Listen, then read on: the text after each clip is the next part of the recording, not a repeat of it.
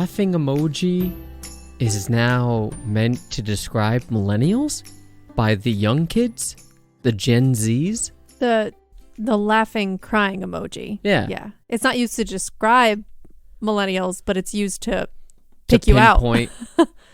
Yeah. That's ridiculous. I guess it's something that only the millennial generation still uses. What? Okay.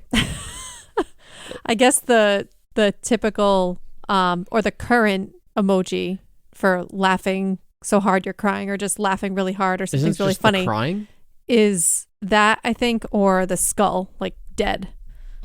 Yeah. Like, it's so funny, I'm dead. So we're old now? Yes. Skinny jeans and side parts are out too.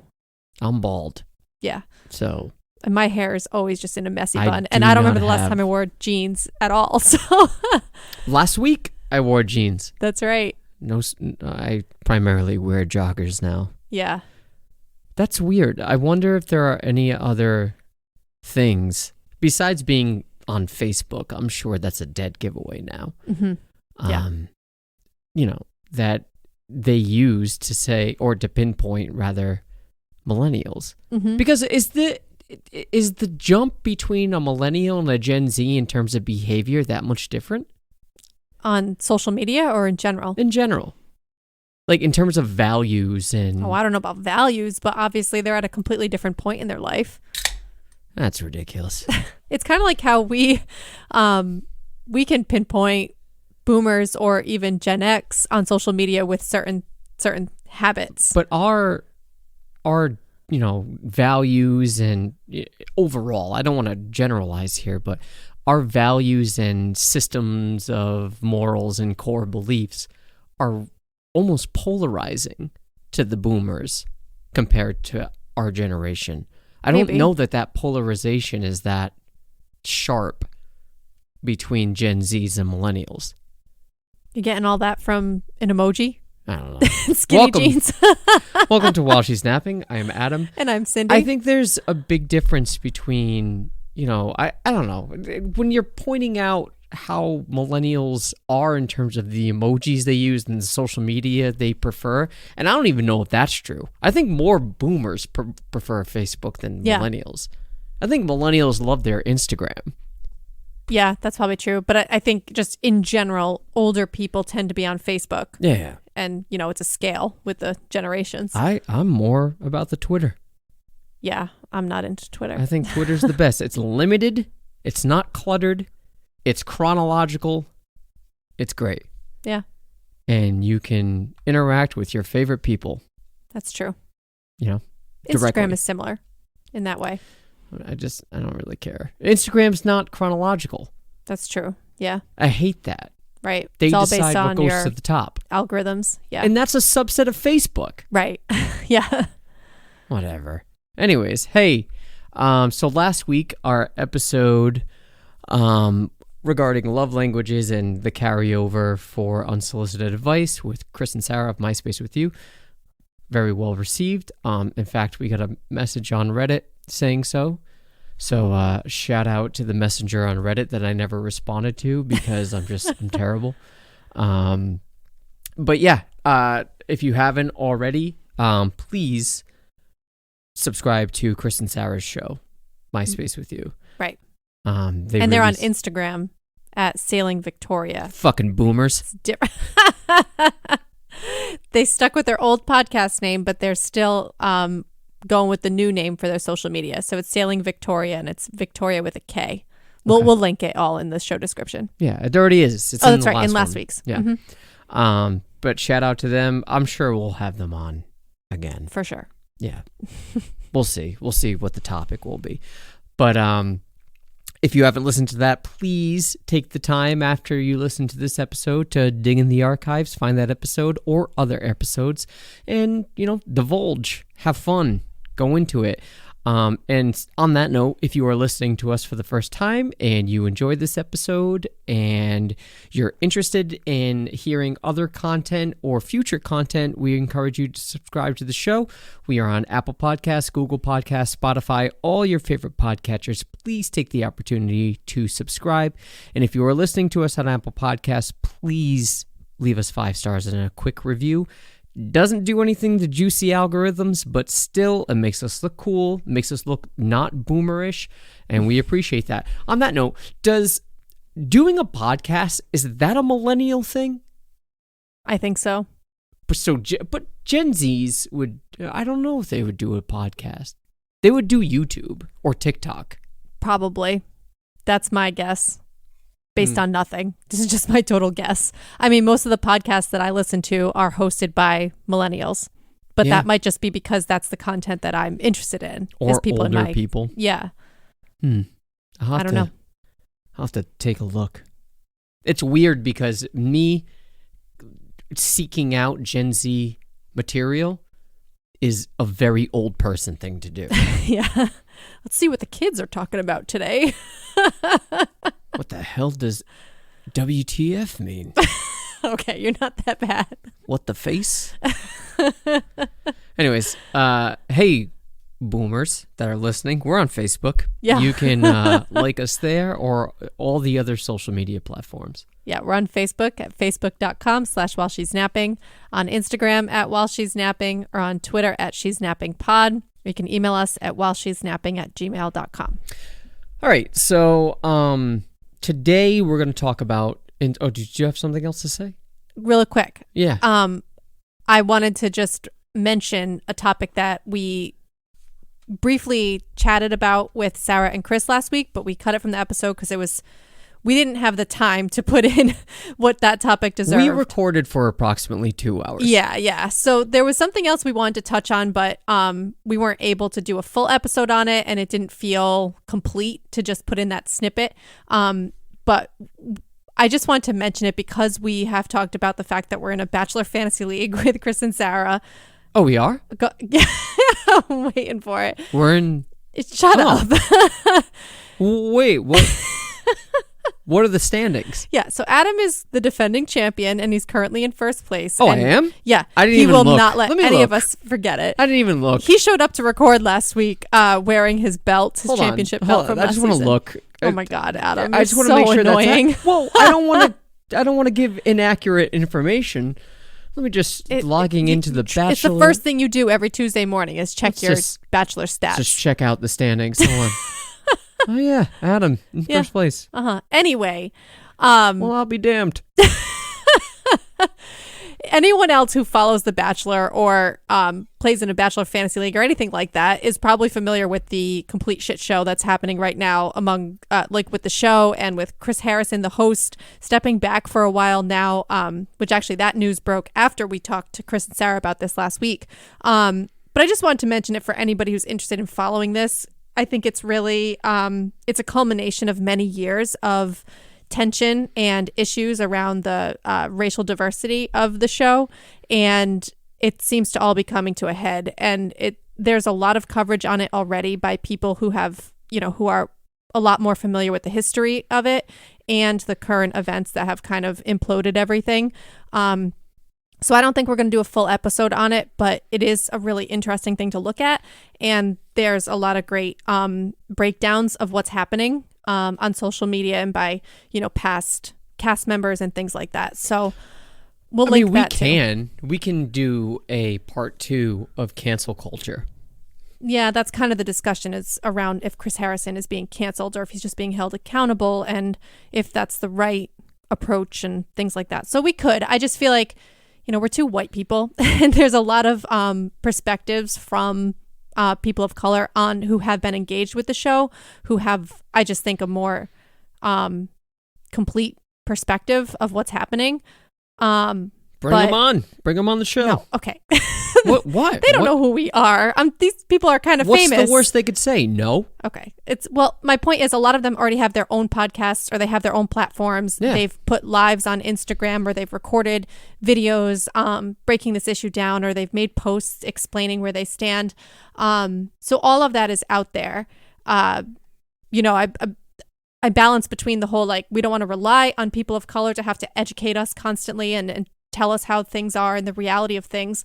But a lot of these people have already volunteered their time and their platform to address this issue. So those resources exist and that information already exists. Maybe we can revisit it at another time, but we just didn't have the time to give it the attention that it deserved, that conversation. So, sure. But I want to mention it because we always joke about our Bachelor Fantasy League, and we're not like oblivious to this issue that's happening. I'm not joking. What are we joking about? Huh? Did I say joke? Oh, I know you take it very seriously. Your championship status. No, I don't even think of it. Meanwhile, you don't even know who you picked. You thought that you picked a girl who got eliminated like 2 weeks ago. We're digressing too much. Fact is, All right. I'm in first place. Yeah. Well, we'll take a screenshot and we'll put that on Instagram. Okay. Just so people know what we're talking about, and just to verify that I'm in first place. Sure. Right, because that's the primary thing of importance. Yeah. Yes. All right. So today we're going to talk about incel and the incel culture. I really wanted to talk about this because I found it. I've been dabbling into, just out of curiosity about this community of people or this subculture for a while, and I haven't really mentioned it to you. It's just these types of extremist groups I find fascinating. Same thing with the anti-vax groups or the fat acceptance community or, QAnons. I just find the extremists fascinating. And, incels notwithstanding. I thought this would be a good conversation because, when you look back into the episodes we've covered, anti-vax, fat acceptance community, primarily those two, I sort of piled it on and emphasized that, this is primarily made up of women. I thought it would be good to sort of bring a group that is almost entirely men, white men, into the fold and sort of shit on them for a change. Okay. Not just, just to balance it out and to make people, realize that everyone's fair game when it comes to extremism. It doesn't matter your gender, doesn't matter your race or whatever. If you're pushing out extremist beliefs that are ridiculous, I do think that there needs to be a conversation as to why it's ridiculous. And moreover, I do think that the incel community, just surface level definition here, I think it's a unique perspective from you to talk about it because you are a woman and they hate women. So it's sort of a good opportunity for you, if any incel does happen to listen to this, to sort of give perspective in terms of your opinion on the subculture or just in general, I just thought that would be interesting and, it's fair game here. Yeah. Well, so my first thing I want to preface is that my opinion, I feel like is pretty uninformed on this topic. I mean, I'm aware of what this community is and the subculture. I'm aware of certain events that have happened, connected to this, or people who have identified as incels who have made the headlines for, acts of violence and things like that. Sure. But I understand that doesn't represent the entire community either. And there are some bottom line messages that I'm familiar with that seem to be pretty standard across the people who ascribe to this. But right. The only other kind of caveat that I wanted to mention quickly, we've mentioned other groups that we've talked about in the past, and I think this one kind of stands, for me, it's most similar to QAnon because there have been acts of violence perpetrated by people in this community. Not to say everybody in the community does that or wants to perpetuate violence, but that has happened. And there are other communities we've talked about that even if they have sort of extreme beliefs or, things that we think they live in a different reality, like anti-vaxxers, they're not necessarily out there. I mean, there are harmful messages that they send, and it can cause, the messaging can cause harm. But I'm saying there's a distinction for me between people in extremist groups like QAnon and incels who actively perpetuate violence because of their beliefs. I don't want to paint incels with that broad of a brush. No, I don't mean to. I'm not saying they all do. I'm saying, but there are people within that community who have perpetuated violence in the name of those beliefs. Yes. And that's not necessarily the case for some of the other groups we've talked about. And I just think that's an important distinction. Like, I think it's a different level. It can be on a different level. I think, and this is in my opinion, I find the QAnons to be way more dangerous than the incels. Yeah, I mean, I wanted to get your take on this because I don't know enough about it. But I have heard that the incel community is often aligned with or adjacent to white supremacist groups and the alt-right. Let's define it first. So Yeah. incel is short for involuntarily celibate. It's a group of people, primarily, if not entirely, men. There are female subsets of incels, femcels, they call themselves. Okay.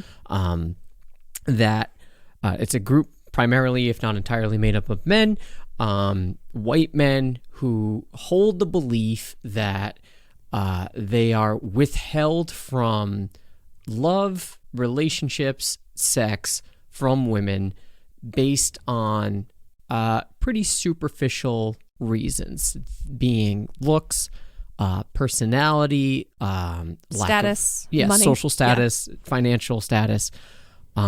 They do not get those quote unquote benefits from females, and they're all heterosexual. There are no gay incels. Interesting. And how can you speak to the fact that they're all white men? Is that true? Primarily white men. Okay, so there are some exceptions, but it's I'm sure there are Right. exceptions, but primarily, I don't have the data in front of me. Right. I'm talking. No, I've heard the same thing, but I've also heard an argument that that's sort of a myth, but I don't I'm know. sure there are people of color Yes. in the incel community.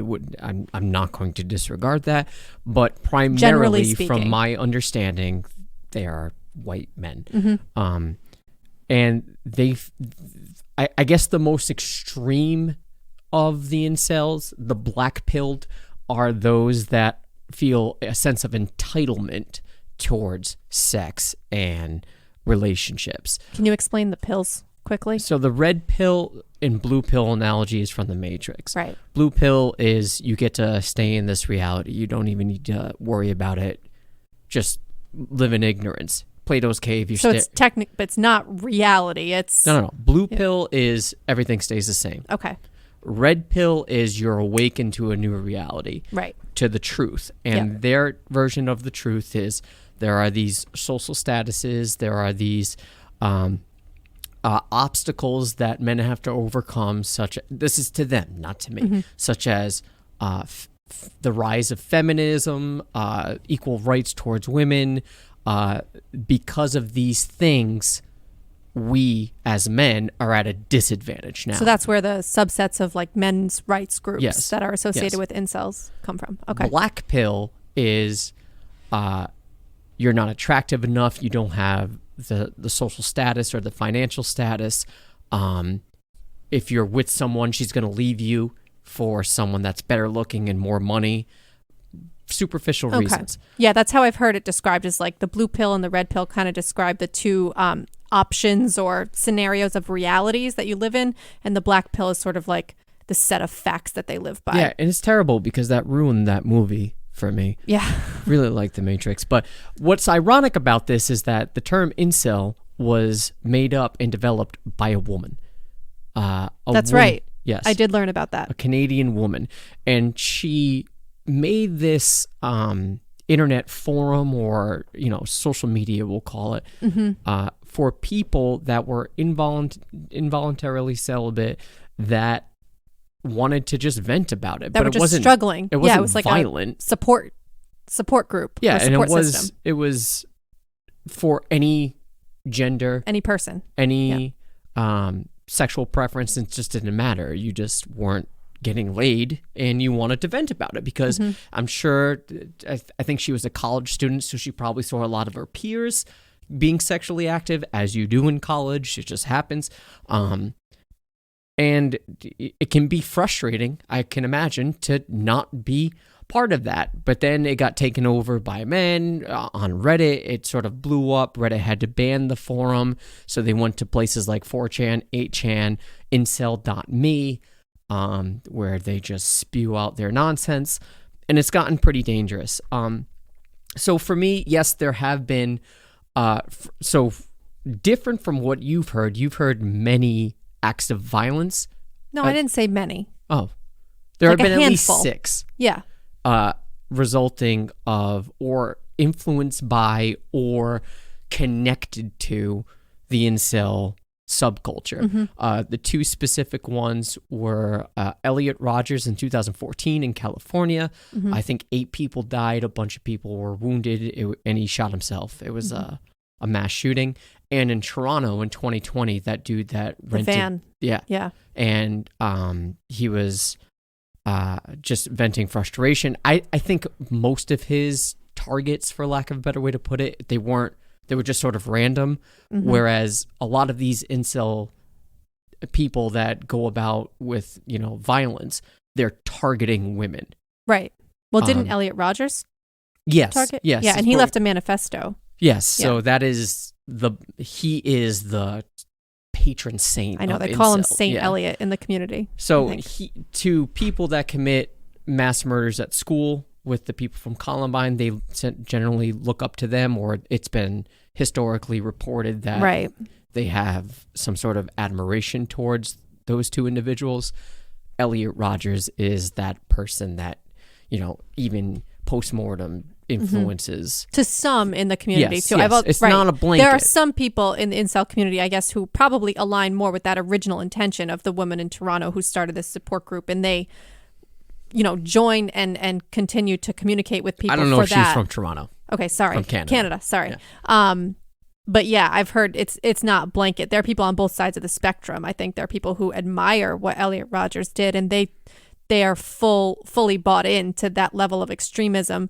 But then I think there are people who think it's disgusting what he did, but they still identify with the incel community in other ways. Right. And, this guy in Toronto in 2020, he wanted to die after he got caught. And this is just a side note. He exited the van and kept reaching in his pocket. He didn't have a gun, and just triggered his hand to make it seem like he was pulling out the gun. Trying to commit suicide by cop. And the cop that was had him, I guess you can say, or had not in custody, but just had his own gun drawn, refused to shoot. Wow. Because he knew he wasn't actually armed. That's pretty disciplined. Yeah. You would not hear that in America, I feel. That would be ridiculous. Anyways, so you have these instances where people have vented their frustrations for being sexually inactive as incels. So for me, the reason why I'm interested in this, and I can't say that it hits home, but it makes me wonder if I was growing up in the rise of social media forums and stuff like Reddit or 8chan or 4chan, if I would have gotten sucked into this, because there was a period of time during my early college tenure that I wasn't sexually active and I was single, and what I would do is just sort of stay online, right? I had my focuses elsewhere, like music and not really even school, just basically just music. And I had an outlet, but if I didn't have an outlet and I was growing up at a different time, I wonder if this would have been compelling enough for me to get sucked into. Maybe. I know what you're saying, but knowing what I know about you as a social person, which you're not very, you're not someone to really reach out for support or identify with other people, I feel like. But in a moment of vulnerability, I don't know if I would have. Maybe. I mean, that's what cults do, is they target people in moments of vulnerability and play on that. But I don't know if you specifically would have gotten that far. Probably not. I don't know. But, there is something, it's the boogeyman effect. Everybody needs someone else to blame instead of looking inward, right? And we're dealing with a group of men here, and I do feel like, and again, a lot of people are going to start rolling their eyes, but there is this sort of sensibility of, or rather this sense that it doesn't matter what your social status is. What it boils down to is how you treat other people. And look, often enough, that's not enough, right? If you are really into a female, it could not mean anything less to that person who or how you are. She's just not into you, and you just move on, right? And that's just what you do. And you sort of, you take your licks and you move on. I just think that's what or I think anybody, I don't even think that's a man-woman type thing, but for me, that's just what you do. You just move on. You deny me sex all the time. You just move on. Yeah. you just move on. What are you going to do? But it's more that I think there's a sense that it's frustrating primarily for men, and maybe you can speak to this because, again, maybe this is old-fashioned to me, and we don't have to get too much into the weeds, and I'm not giving them a pass for their rhetoric or their behavior. Mm-hmm. But I do think, and there has been, sort of conversations or dialogue just back this up, but it's all anecdotal anyway. I feel that for women, it's a little bit easier to be sexually active than men in terms of like random hookups, right? And I think women tend to be a little bit pickier for good reasons for who they want to be sexually active with than men. Would you agree? This is the opinion or the perspective of someone who has not ever been on the dating scene. Right. Like, we've been together since I was 18. Right. So, but based I don't on have what you firsthand have, experience. just anecdotal evidence that from people that you have associated with and whatnot. Yeah, well, I guess I can look at it from a biological perspective. Sure. In terms of, females are generally the more selective sex Right. in terms of, at that like most minute core level. But of course, there's so much more context yes. around that. But I can kind of see that, and I feel like that's sort of the typical view that we have, is that men are the one pursuing women and women get to say yes or no. Like, that's right. But that's a huge generalization. Of course, but I'm sure there are exceptions. But I can understand that mindset and how that's perpetuated as the way things are. I guess the evidence to back this up is, yes, there's a very small subset of the incel community that is that consists of women. Mm-hmm. Like I said, the femcells. But there's got to be a reason why the majority of these people are men. And in the majority of people and they're straight white men. Yes, that are quote unquote involuntarily celibate. That means they want to have sex, mm-hmm. can't, or don't have those opportunities rather available to them, the mutually agreed upon opportunity available to them. Whereas that sort of implies that women, on the most part, do have those opportunities. I don't know. More so than men. I can understand that logic because the incel subculture is a thing that's like grown legs and has its own like platform and it has become familiar in our society.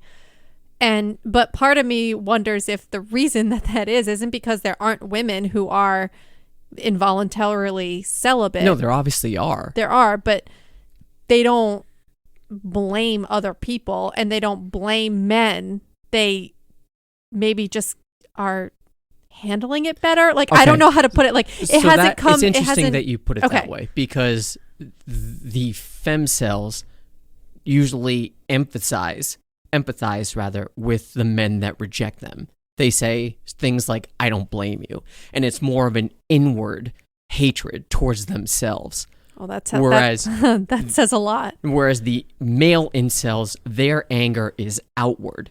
They want to blame other people. Okay, so and that's where these acts of violence happen. You know what I'm going to say? Sure.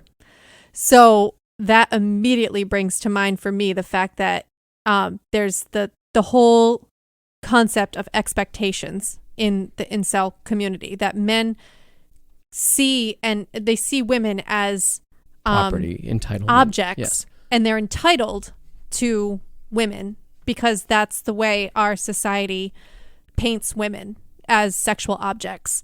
And we do it to men too, but not to the same extreme at all. And I think it's getting better. I do too. I think we're making progress. But I'm saying this entire conversation is very much speaking in generalization. We're speaking in binary terms. We're talking about mostly heterosexual relationships. All of this is very, very general. I have to speak in heterosexual right, relations. Because that's what they I are agree. all heterosexual. Yes, I'm just saying. So, but that's what that tells me, is that's a manifestation of how our society paints the female and male sexes. And I think most people don't succumb to that in the way that the incel community has of truly feeling like they're entitled to sex from women. And if they don't get it, it's a problem and they need to blame other people. And I don't think that's the only component. I think there's a lot of other stuff, which we also want to talk about, of like how this develops and how people fall into the community. But I think that's a piece for sure. Sure. And, it's a little sad, and it's a whole lot of sad, because I feel that, speaking as a man, a heterosexual white man, this goes to the lack of guidance and sort of the lack of a crucial role model in your life to sort of course correct that from the jump, right? Or if you did have that person gave you some really shitty information as to what you are entitled to and what you deserve as a man from a female.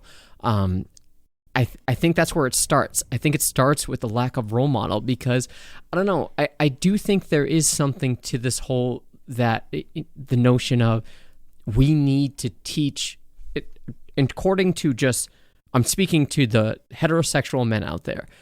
There is a sense of how to be a man kind of thing, and I think that's lost a lot of its weight. And that doesn't mean that what it means to be a man is to fuck everything. I'm not saying that. I'm saying what it means to be a man, in terms of what it means to be a heterosexual man, is to treat women with respect. I think it starts with that. And if you don't have that sort of instilled at you at a young age, there's a possibility, and I don't want to say a probability, but there's a possibility that you could venture into these paths and get sucked in to these really toxic groups of people that sort of exploit those, those weaknesses or vulnerabilities within you.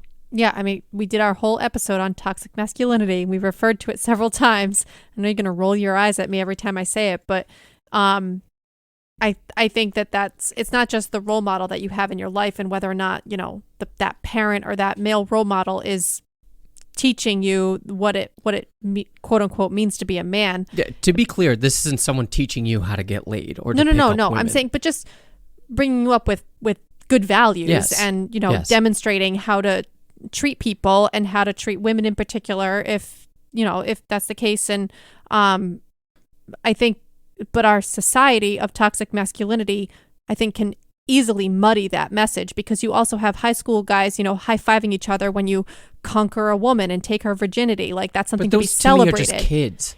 That's the problem. Yes, but that is a message that continues throughout your whole life. When you layer that on with what I was just saying earlier about how our society objectifies and over-sexualizes women, that's constant messaging that you're getting all the time, that women are objects to be conquered. And I know that's a really crude way of saying it, and I'm not saying that that's the direct messaging that we're receiving, but that's sort of the underlying message.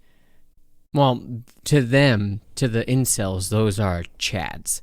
Right? Chads are the ones that are very attractive, sexually active, can get anyone they want, any woman rather that they want, and succumb to them in their sexual, and they deserve them in some way. I don't know about the deserving, because the incels might feel that they don't deserve, that the chads don't deserve it because they aren't as articulate or as smart as them. They just get it because of superficial reasons. Oh, I see what you're saying. Okay. And the women that succumb to that are the Stacys. The very attractive women are the Stacys. The normies are people like me that just aren't attractive but have had sex. Oh, and my God. Here I am. But that beard, though. I'm cool with being a normie.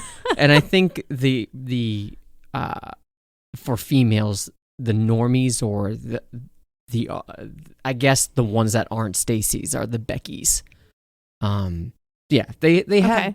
Yeah, they have their own terminology. So Stacy's like the typical popular pretty girl. Oh yeah, who goes for the jock or whatever, the pretty boy, or okay, and it's all superficial. All superficial. Okay, and The incels try to course correct this by getting plastic surgery so they can be chads, or they go work out and get ripped so they can be chads.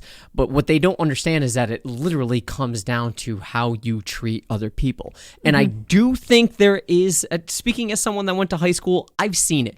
I've seen really pretty girls go after really dumb, good-looking jocks because they're really good-looking. Yeah. But again, I sort of give that a pass in retrospect because you're a kid. You're not supposed to, but I give you a pass for finding a pretty boy attractive, and you gravitate towards that. Well, at any age, I feel like it completely depends on what you want or what both people want out of the relationship.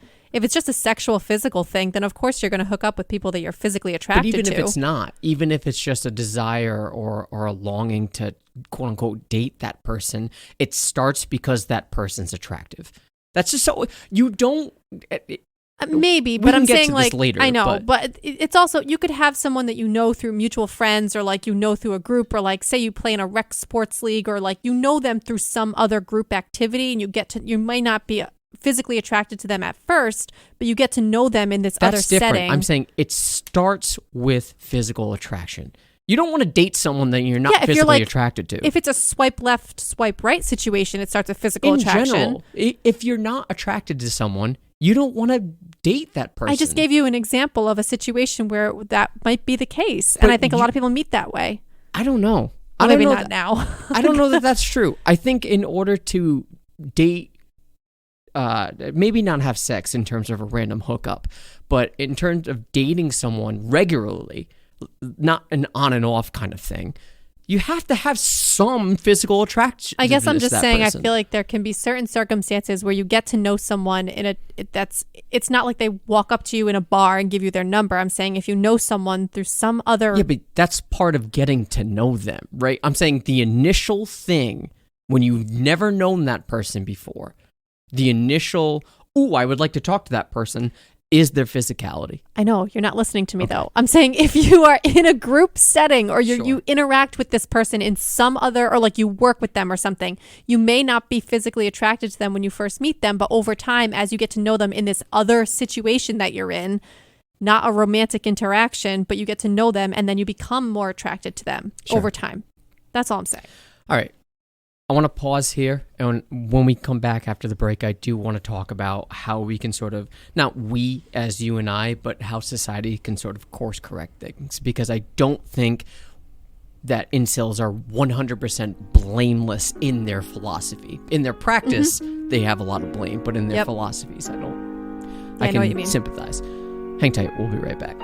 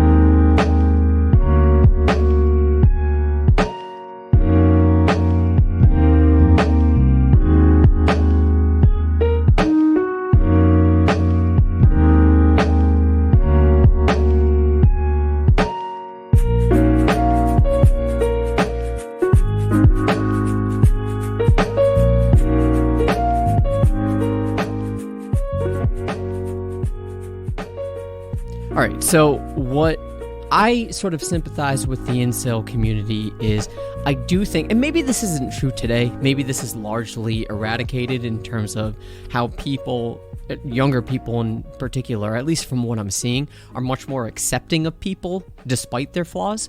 I don't think that was part of us as millennials when we were growing up. I do think we were very superficial people on the whole. I'm sure there are exceptions to the rule, of course.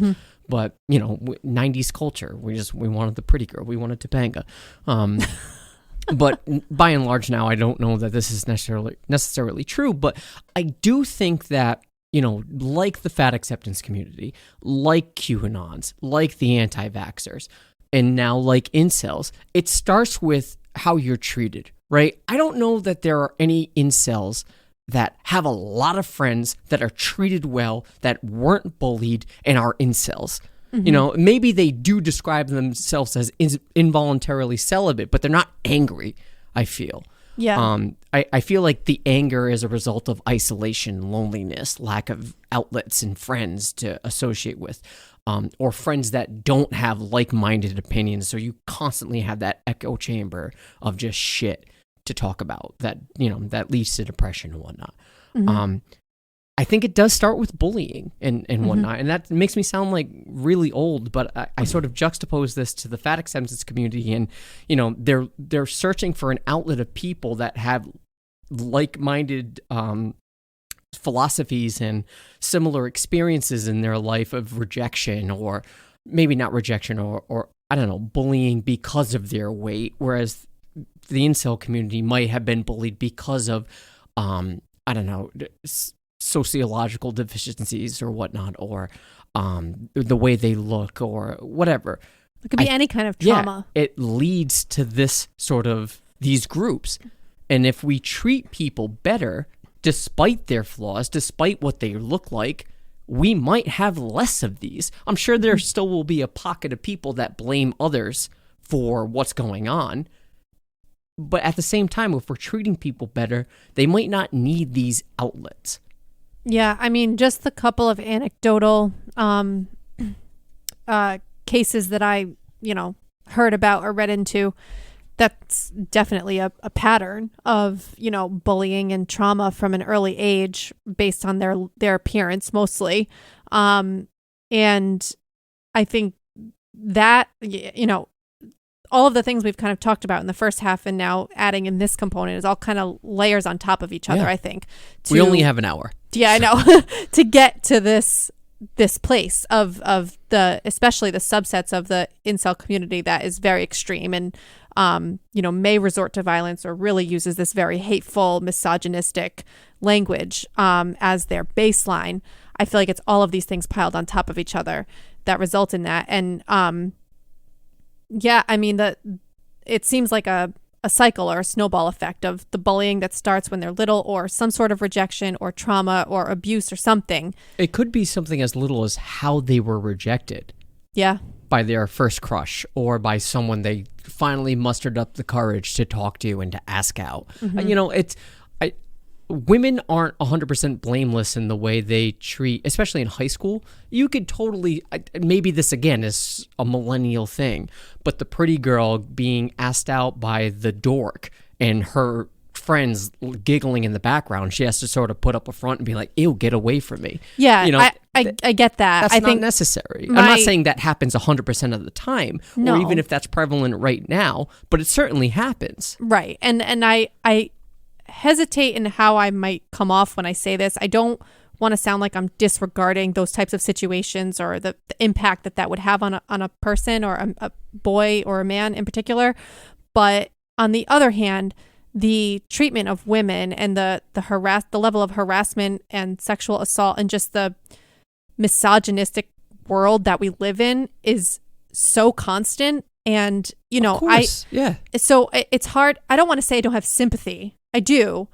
I guess I just want to, it's why it really gets to me when it's at the level of, oh, I'm a poor man that can't get women. I'm No. I look, and I don't use that example to illustrate, well, that girl should not say no to make them not feel bad. Of course you can say no. It's how you let that person down.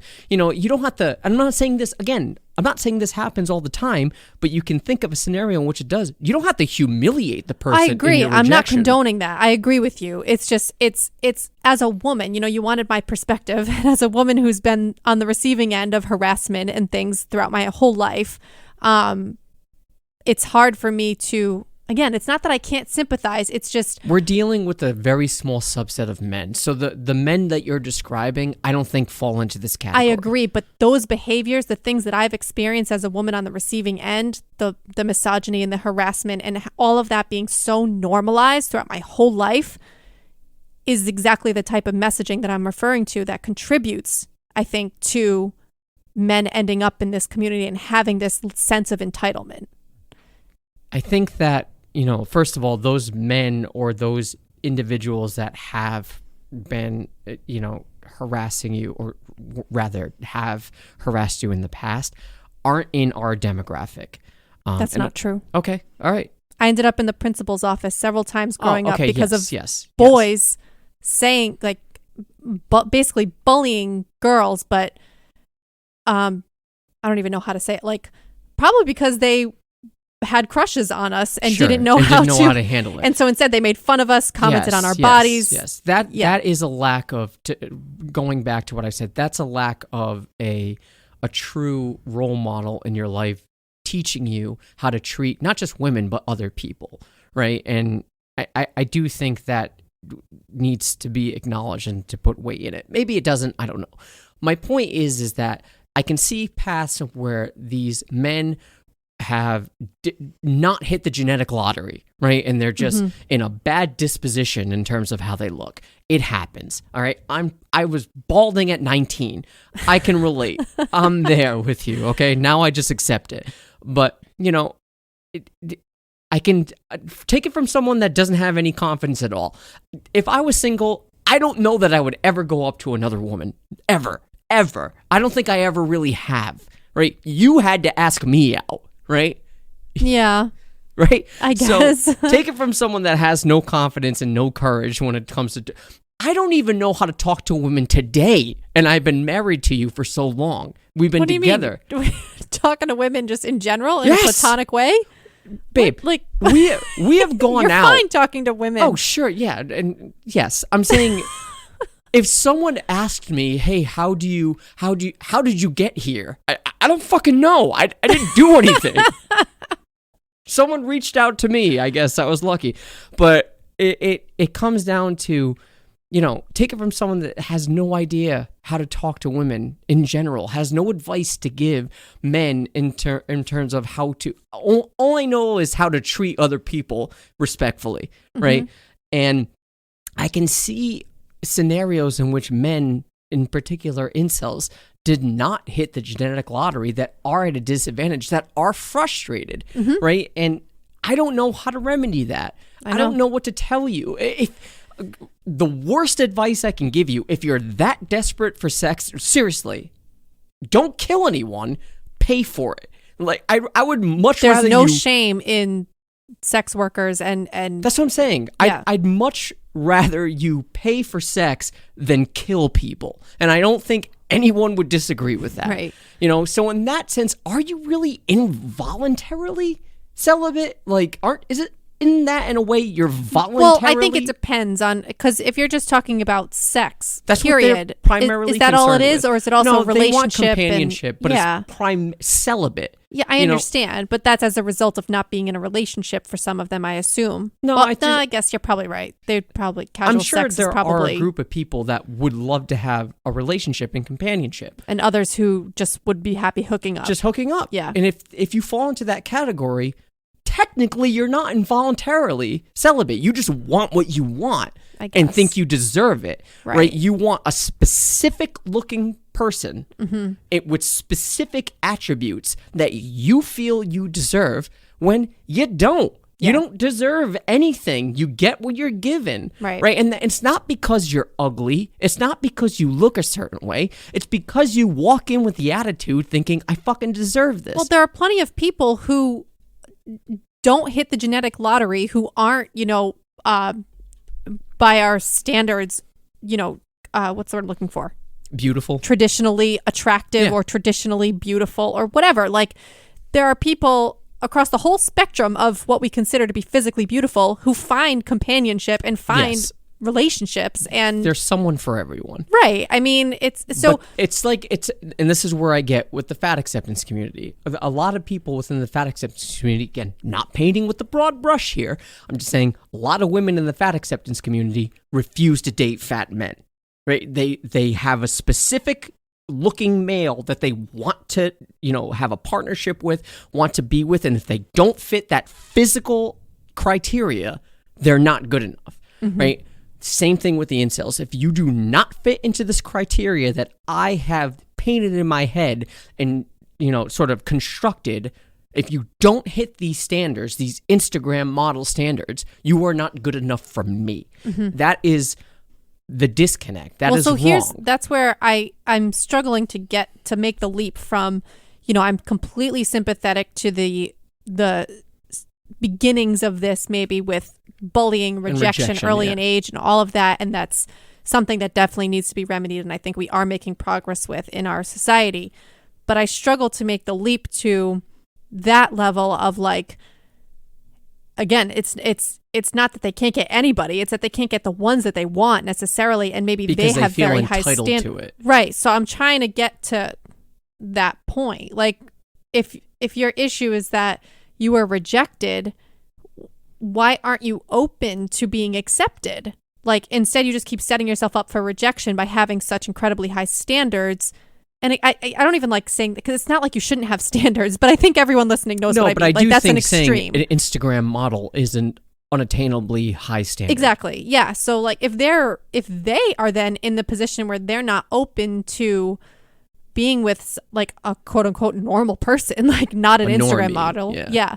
And they're not accepting advances from those people and then calling themselves involuntarily celibate. I don't even think they get advances, right? You have to understand that these are individuals that the classic, again, not trying to paint with a broad brush here, just saying from my understanding, these are people that love the echo chamber and they only associate with people primarily online. They don't go out, they don't socialize, they're primarily in the basement or in their rooms on the internet, hours upon hours, talking to like-minded people. So that brings me to my question I asked in the beginning, and maybe that partially answers it, about how this community or why they're so often associated with the alt-right. Is it because of that they have a tendency towards these extreme views? They have a base of misogyny and I just hatred. think when you think of liberals, it's more open. Equal rights is a foundation of that, at least prima facie. Yeah. Whereas it seems like, and I'm not saying core Republican beliefs don't have equal rights for everyone. I'm sure, like, on paper, real Republicans do not believe in discrimination. The 2020/21 version of Republicans may. I'm saying the traditional Republicans' value may not. But because of the sort of morphing and the influence that Trump has had, they sort of gravitate towards that because it is sort of hate-fueled. Yeah.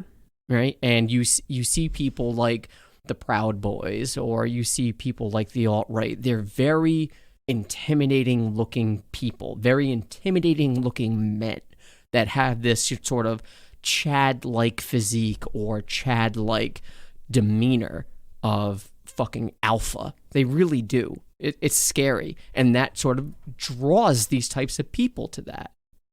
Yeah, I guess that's what it is. It's just the baseline of misogyny and hate and being on, like, living online. That was the thing that you said that made me think of people who fall into QAnon. I could see that being very similar. They seem very in control, right? When you see a group of the Proud Boys, they seem very much in control. Oh, they're very sure of themselves. But they seem like they walk down the street. I'd be intimidated. They walk down the street acting like they fucking own it. Yeah. And that is, I don't know, there's an aspect as a man that'd be like, that sort of commanding of power is very attractive.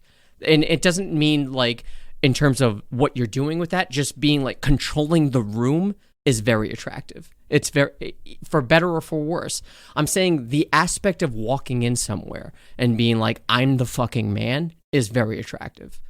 I don't know. I just think that I like it. So only men command the room? No. I'm not saying that. I'm saying when you see like when the Rock walks into a room, he fucking owns the room, and I'm like, whoa, I want to be like that guy. If Michelle Obama walks into the room, she fucking owns the room. I was just going to say that. You know what I'm saying? Yeah. Okay. I'm glad you said that. Yeah. It's not just not men. It's when a person. No. When a person can be commanding and have that level of confidence and. Yeah, but obviously as a man, you're looking for that other male figure to sort of, you want to emulate that. At least I do. Like, I look up to The Rock. I'm like, that dude is I know the you do. fucking man. And I want to be like him. And he's a good person. Like, he doesn't have poor values. He's a good... Well, it's at right least- down to the videos of him singing Moana with his daughter, and Sure, she doesn't yeah. realize that he's Maui. Right. Side note, but anyways, I think that's what draws them to the things like the alt-right and stuff. I'm not saying the alt-right is compelling or attractive. That's not what I'm saying. I'm No, saying I know, yeah. Just their demeanor is like, wow, that's powerful shit. And what you do with that and the message you send with that matters more. Whereas, you have the Proud Boys, they're sending a shitty message. With The Rock, he's mostly positive with this messaging, Yeah. But yeah, so I don't know how to course correct this. I don't know if there's like some sort of course that they can take to be like, this is how you treat people, this is how you should be. I don't know. I really don't know what to tell you, because I'm a man that has zero confidence and has relatively low experience with women, that I don't know what the fuck to do. I don't know. I don't know either. Talk to The Rock. Yeah. I mean, neither of us have any experience in the dating world. I mean, we both had long-term relationship, quote unquote, long-term relationships in high school. We each dated someone pretty much throughout high school, and then we dated each other when we were like 18, 19, and we've never been really on the dating scene as adults, so we don't really know how it feels. But we did both experience I know rejection, what loneliness feels and like. and bullying and harassment and all of that. I mean, everyone experiences that to some extent, whether it's throughout their childhood or as a teenager or as an adult, whatever. But in fairness, I can't sort of relate, because I'm also assuming that this sense of rejection is frequent. Right. I never It's over and over. experienced a frequent Yeah. level of rejection from different individuals, mostly because I wasn't seeking different individuals. I guess. Yeah. But I don't know how often they've had experienced that. I can imagine it's really hard for someone, especially for someone that's trying to physically, sort of change themselves, and whether it's through plastic surgery, like I said, some of these individuals do, or something as benign as going to the gym and just trying to have a better physique. Nothing wrong with that. And if you sort of want to utilize that and put on some muscle to make yourself more attractive to the opposite sex, which, let's face it, in, high school and early college, that tends to be the case, there's nothing wrong with that, but I can see how it's just a negative feedback loop despite those efforts, and maybe despite those changes, you're still getting rejected. And even though it's terrible that you're getting rejected, I guess my advice would be, well, it's got to be something about your personality. So that's that what I was makes going you to say is being rejected. And I don't want to, again, we keep talking about the fact that there's different, like people fall in different parts of the spectrum within the incel community, and they're not all the same and not all on the same level. Yeah. But there are very happy people in the sure. incel community. So I'm saying, but the people you think of, like when you're thinking about the typical incel, the ones that are hateful and very misogynistic and known for that. Part of me is like, okay, well, if that's the way that you approach the world and that's how you express yourself and that's how, like, that's your fallback, is to talk like that and to have those sorts of views. I don't know if that's after rejection, though. Right, I would but assume it does. I understand, but that's not going to get you anywhere. Oh, of course not. Of course not. I'm saying prior to that, prior to falling deep into that rabbit hole, the rejection before, it's just maybe it's something about you that's not necessarily negative, that's not hateful or venomous. It's just something that you just need to tweak a little bit. Maybe it's something like the way maybe you interrupt people. Maybe you chew with your mouth open or something. No, I'm saying I think it's deeper than that. I feel like if you have the ability to end up on that extreme end of the spectrum, I feel like there's always been a seed of that there. And maybe you're misogynistic in the way that you approach women in the past, and you've always sort of had that underlying. And now you've found a community where it's okay to spew it. Or maybe you're just obsessive. Maybe if you ask out a girl and she says no, what you do after that is just constantly message that person to the level of like stalking, or you don't know how to handle rejection. Like I said, you don't know how to just take your licks and move on and say, oh, geez, not the person for me, I guess. Yeah, I mean, we're totally speculating and making a ton of assumptions. I'm making a generalization. Yeah, and neither of us have been in that situation where we've been rejected over and over and over again. I don't know. I mean, but you do that to me. I just take my licks. Hey, I have a headache. Just take my licks. But no, seriously, I mean, neither of us have experienced this level. We don't know what has happened to people in their life or in their upbringing that brings them to that point. But that's just my instinct, is that to get to that level, there's got to be something in there. I don't feel like that comes out of nowhere. I feel like people deal with rejection. People deal with trauma all the time. And there are some people who are able to deal with it in a healthy way. And it depends on whether or not you have the support and the resources. And I get that. Yeah, I think it's more of, maybe it wasn't always in there. Maybe it's no one told you otherwise. Or no one helped you through your experience or your trauma or whatever. And it devolved into this. And the only support you've ever received is from the rest of the incel community, who's giving you these hateful and again, that comes down reasons. to the role model in your life. And look, I didn't have, no disrespect to my dad. I'm not saying that. But he did always teach me to, treat people with respect. We never talked about dating. We never talked about how I should treat women, because I just felt like that was the norm in the household. You treat, and obviously my dad, maybe this isn't obvious to people because they don't know me, but my dad always treated my mom with respect and always treated my sister with respect. So maybe, just without me even realizing it, that was instilled in me. Yeah. Whereas maybe some of these individuals don't have a father figure.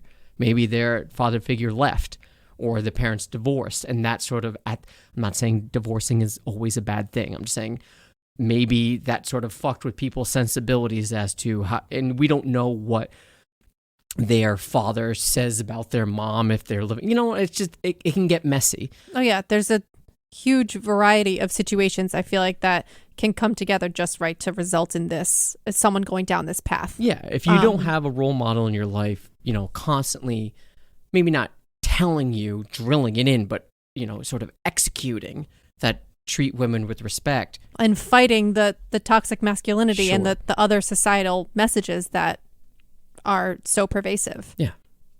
Not everyone can have a Jack Pearson. Yeah. In their life. Yeah. All right. We're just over an hour. Do you have anything else you want to add to this? No, I don't think so. I'm glad that we kind of covered. I feel like on the one, I was very torn, like on the one hand, feeling very sympathetic towards the bullying, the harassment, and how that can devolve. But then on the other hand, I don't have any sympathy for the people who, commit violence or end up on that extreme end of the spectrum. So it's kind of hard for me to talk about it, because it's hard not to lump everybody into one generalization. But I think we kind of covered both sides and the sort of the spectrum that we've observed. I guess the key message here is treat people with respect, whether that means, in the way you say no to someone that's acting you out. Let them down easy, or let her down easy, because you don't know.